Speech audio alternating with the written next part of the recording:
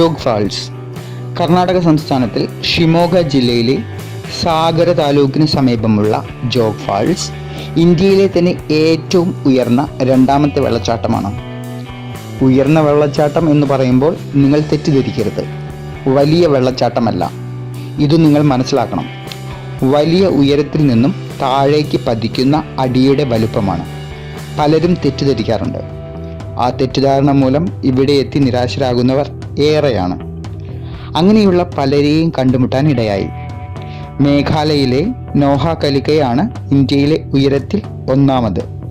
രണ്ടാം സ്ഥാനമുള്ള ജോഗ് ഫാൾ ഒരു വീഴ്ചയിൽ 253 മീറ്റർ, അതായത് 850 അടി ഉയരത്തിൽ നിന്നും താഴേക്ക് പതിക്കുന്നു. ഒരു പാറയിലോ മറ്റേതെങ്കിലും വസ്തുക്കളിലോ ചെന്ന് വീഴാതെ നേരെ താഴേക്ക് പതിക്കുന്ന നീളത്തിൽ രണ്ടാം സ്ഥാനം.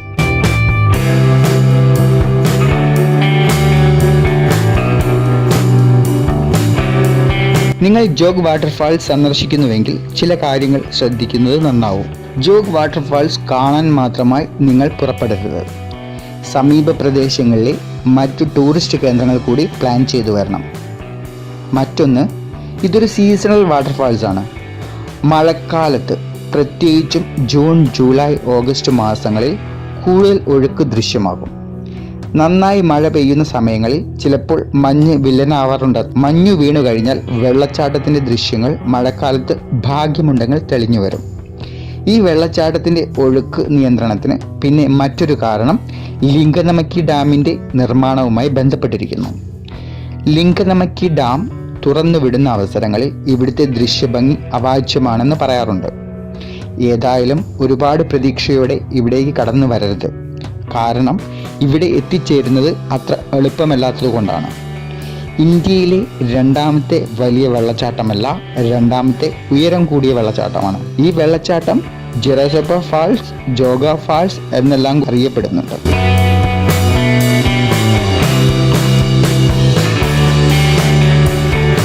എൻ്റെ ഈ യാത്രയിലെ മൂന്നാമത്തെ ഇടമാണ് ജോഗ് ഫാൾസ്.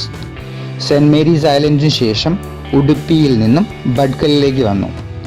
മുരുഡേശ്വർ സന്ദർശിക്കാൻ വേണ്ടി താമസത്തിന് ബഡ്കൽ തന്നെയാണ് തിരഞ്ഞെടുത്തത്. കാരണം ബഡ്കലിൽ നിന്ന് ജോഗ് ഫാൾസിലേക്ക് ഡയറക്റ്റ് ബസ് ഉണ്ടെന്ന് അറിഞ്ഞതുകൊണ്ടാണ്. മുരുഡേശ്വറിൽ നിന്നും തിരിച്ചു വന്ന രാത്രി ഭക്ഷണം കഴിക്കാനായി ബഡ്കലിലെ ബസ് സ്റ്റാൻഡിന് മുന്നിലുള്ള ഹോട്ടൽ തിരഞ്ഞെടുത്തു. ഹോട്ടലിൻ്റെ ഉടമ എന്നെ പരിചയപ്പെട്ടു. സംസാരിച്ചു വന്നപ്പോൾ അദ്ദേഹമാണ് ജോഗിലേക്ക് പുലർച്ചെയുള്ള ബസ്സിനെ പറ്റി പറഞ്ഞു തന്നത്. ബസ് സ്റ്റാൻഡിൽ കയറി ബസിൻ്റെ സമയം ഉറപ്പിച്ചു. പുലർച്ചെ 5:45 ജോഗ് ഫാൾസിലേക്ക് ഡയറക്റ്റ് ബസ്സുണ്ട്.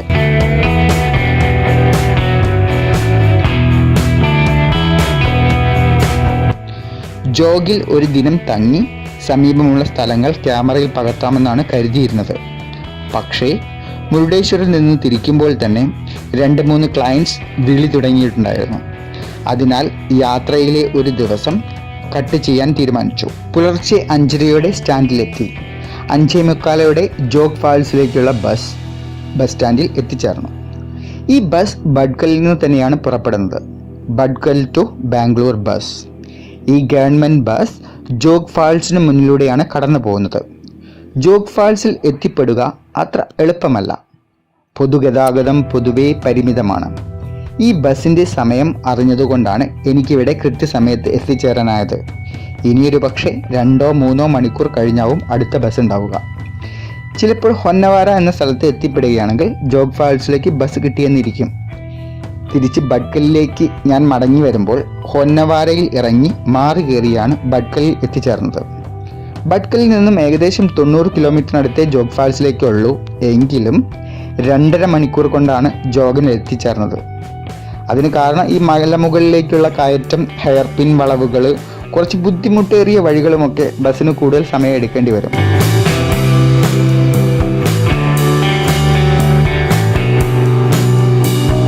ഏകദേശം 8:30 ജോഗ് ഫാൾസ് എൻട്രൻസിന് മുന്നിൽ ബസ് ഇറങ്ങി. 1-2 വിഷ്വൽസ് പകർത്തി എൻട്രൻസിലെ ടിക്കറ്റ് കൗണ്ടറിൽ ചെന്നു. 5 രൂപയാണ് പ്രവേശന ഫീസ്. ടിക്കറ്റ് കൗണ്ടറിൽ ഒരു മലയാളിയായിരുന്നു. കൊല്ലത്തുകാരനാണെന്ന് എൻ്റെ ഓർമ്മ. അധികം കമേഴ്സ്യലൈസ്ഡ് ചെയ്യപ്പെടാത്ത സ്ഥലമായതുകൊണ്ട് നല്ല റെസ്റ്റോറൻറ്റുകളോ താമസ സൗകര്യങ്ങളോ കുറവാണ്. മറ്റു പ്രധാന നഗരങ്ങളുമായി എളുപ്പത്തിൽ കണക്റ്റ് ആവുന്ന പ്രദേശമല്ല. ഗവൺമെന്റ് ഹോട്ടലും സ്നാക്സുകൾ വിൽക്കുന്ന ചെറിയ ഷോപ്പുകളും ഒക്കെ ഇവിടെ കാണാൻ പറ്റും. ദൂരെ നിന്നു തന്നെ വെള്ളം പാറയിലൂടെ വന്ന് നിലം പതിക്കുന്ന കാഴ്ച സുന്ദരമാണ്. വെള്ളം ശരിക്കും സ്ലോ മോഷനിൽ വന്ന് പതിക്കുന്നത് പോലെ നമുക്ക് തോന്നും. ജോഗിൽ പ്രധാനമായും 4 ഫാൾസ് ഉണ്ട്: രാജ, റാണി, റോറ, റോക്കറ്റ്. ഭീമാകാരമായ കുന്നിൻപുറങ്ങളിൽ നിന്നും അഗാധതയിലേക്ക് പതിക്കുന്ന സുന്ദരമായ വെള്ളച്ചാട്ടം. നിങ്ങളൊരു പ്രകൃതി സ്നേഹിയാണെങ്കിൽ തീർച്ചയായും ഈ കുന്നുകളും അതിൽ നിബിഡമായ കാടുകളും വെള്ളച്ചാട്ടവും എല്ലാം നിങ്ങൾക്ക് അനുഭൂതി പകരും.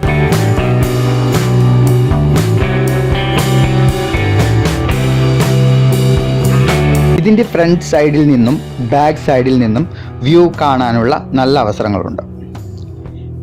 പിന്നെ ഇവിടുത്തെ സാഹസികവും രസകരവുമായ മറ്റൊരു കാര്യം, വെള്ളം പതിക്കുന്ന താഴെ ഭാഗത്തേക്കായി മുകളിൽ നിന്നുള്ള സ്റ്റെപ്സുകളാണ്.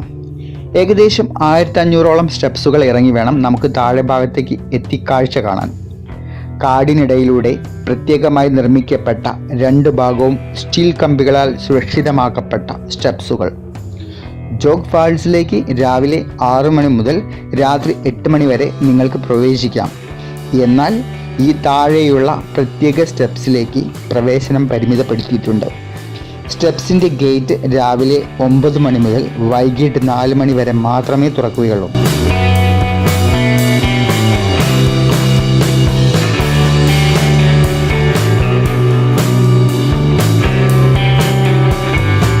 പുറമേയുള്ള ദൃശ്യങ്ങൾ പകർത്തി താഴേക്കുള്ള സ്റ്റെപ്സിന് അരികെ എത്തിച്ചേർന്നപ്പോൾ സമയം 9:30 ആയിട്ടും ഗേറ്റ് തുറന്നിട്ടുണ്ടായിരുന്നില്ല. ടിക്കറ്റ് കൗണ്ടറിൽ ചെന്ന് മലയാളിയോട് സംസാരിച്ചു. 2 സെക്യൂരിറ്റിക്കാർ വന്ന് ഗേറ്റ് തുറന്നു തന്നു. ഞാനായിരുന്നു ആ ദിവസത്തെ ആദ്യ സന്ദർശകൻ. എനിക്ക് പുറകെ നിറയെ ആളുകൾ വന്നുകൊണ്ടേയിരുന്നു. താഴേക്ക് ഇപ്പോഴെത്തുമെന്ന് കരുതി ഇറങ്ങിക്കൊണ്ടേയിരുന്നു. 1500 സ്റ്റെപ്സുകൾ, ഇരുഭാഗത്തും കാട്, കാട്ടിനുള്ളിലൂടെ താഴേക്കുള്ള ഗോവണി. നല്ല രസം തോന്നി. ഏറ്റവും താഴേക്ക് ഇറങ്ങിയാലുള്ള കാഴ്ച മുകളിൽ നിന്നും ദൃശ്യമാകുന്ന അത്ര സുന്ദരമായൊന്നും അനുഭവപ്പെടില്ല. എന്നാലും കാടിനുള്ളിലൂടെ മലയിറങ്ങി മുകളിൽ നിന്നും ജലത്തിൻ്റെ പതനം, അത് കാണാൻ കുറച്ച് ഭംഗിയുണ്ട്. താഴെ വെച്ച് കുറച്ച് മലയാളികളെ പരിചയപ്പെട്ടു. വയനാട്ടിലെ പ്രശസ്ത ടൂറിസ്റ്റ് കേന്ദ്രമായ കുറുവ ദ്വീപിലെ സ്റ്റാഫുകളായിരുന്നു. അവർക്ക് ഇടയ്ക്ക് ഇങ്ങനെ യാത്ര അനുവദിക്കാറുണ്ടെന്ന് പറഞ്ഞു. അവരിൽ കുറച്ചു പേരുമായി നല്ല സൗഹൃദത്തിലായി. താഴെ ഒരു പാറയിടയ്ക്കിലൂടെ വരുന്ന തണുത്ത വെള്ളം കൊണ്ട് മുഖം കഴുകി. നല്ല ആശ്വാസം തോന്നി. ചിലർ ആ വെള്ളം കൈക്കുമ്പിളിലാക്കി കുടിച്ചു. ശുദ്ധമായ തെളിനീര്. ആന്ധ്രയിൽ നിന്നും തെലങ്കാനയിൽ നിന്നും വന്ന ഒരുപാട് പേർ അവിടെ ഉണ്ടായിരുന്നു. താഴെ കുറച്ച് സമയം കൂടി ചെലവഴിച്ചു. തിരിച്ചു കയറി തുടങ്ങി ഒരു 500 സ്റ്റെപ്സുകൾ പിന്നിടുമ്പോഴാണ് നമുക്കതിൻ്റെ ഒരു രസം മനസ്സിലാവുക. ഒരു മുന്നറിയിപ്പ്: അസുഖബാധിതരോ വൃദ്ധരോ ചെറിയ കുട്ടികളോ ഈ സാഹസത്തിന് ശ്രമിക്കരുത്, നിങ്ങൾക്ക് പണി കിട്ടും. ശരിക്കും ഒരു ട്രാപ്പിലേക്ക് ഇറങ്ങിയതുപോലെയാവും നമ്മുടെ അവസ്ഥ. വളരെ രസകരമായാണ് സ്റ്റെപ്സുകൾ ഇറങ്ങുന്നത്. അതിൻ്റെ സാഹസികത ഇറങ്ങുമ്പോൾ നമുക്ക് അത്ര ബോധ്യപ്പെടില്ല. സാധാരണയായി കയറ്റമാണ് ആദ്യം എല്ലായിടത്തും ഉണ്ടാവുക. അതുകൊണ്ട് തന്നെ തിരിച്ചിറങ്ങാൻ അത്ര ബുദ്ധിമുട്ട് തോന്നാറില്ല. എന്നാൽ ഇവിടെ നേരെ തിരിച്ചാണ്. നമ്മൾ വളരെ രസകരവും തുള്ളിച്ചാടിയുമൊക്കെ താഴേക്ക് ഇറങ്ങിപ്പോകും. പക്ഷേ കയറാൻ തുനിയുമ്പോഴാണ് കെണിയിൽപ്പെട്ട രസകരമായ കാര്യം തിരിച്ചറിയുന്നത്. പക്ഷേ നിങ്ങൾ വളരെ ഊർജ്ജസ്വലനായ വ്യക്തിയാണെങ്കിൽ ഈ സാഹസികത അനുഭവിക്കണം. വളരെ ത്രില്ലിംഗ് ആയി തോന്നും. ഇവിടുത്തെ ഏറ്റവും വലിയൊരു രസവും ഇതുതന്നെ.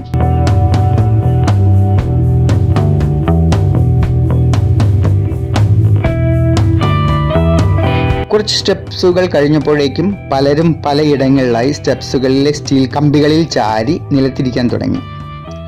പലരും സാവധാനം വിശ്രമിച്ചാണ് കയറുന്നത്. നിങ്ങളുടെ പക്കൽ ആവശ്യത്തിന് കുടിവെള്ളം കൂടിയില്ലെങ്കിൽ അവസ്ഥ വളരെ മോശമായിരിക്കും. ഇറങ്ങി വരുന്നവർ വളരെ കൗതുകത്തോടെയാണ് കയറി പോകുന്നവരെ നോക്കുന്നത്. ചിലർ കയറി വരുന്നവരുടെ ബുദ്ധിമുട്ട് കണ്ട് ഇറങ്ങുന്നത് ഉപേക്ഷിച്ച് തിരിച്ചു പോയിട്ടുണ്ട്.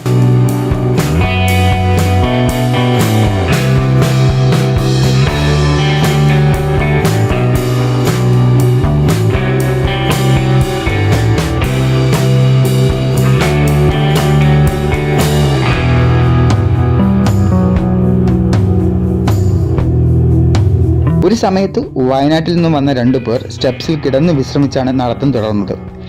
നിങ്ങൾ വളരെ എനർജറ്റിക് ആണെങ്കിൽ ഈ സ്റ്റെപ്സുകൾ മിസ് ചെയ്യരുത്. കുടിവെള്ളം നന്നായി കരുതണമെന്ന് മാത്രം. മുകളിലേക്ക് എത്തിച്ചേർന്നപ്പോൾ കുറുവ ദ്വീപിലെ കൂട്ടുകാർ എന്നെ അവരുടെ സ്ഥലത്തേക്ക് ക്ഷണിച്ചു.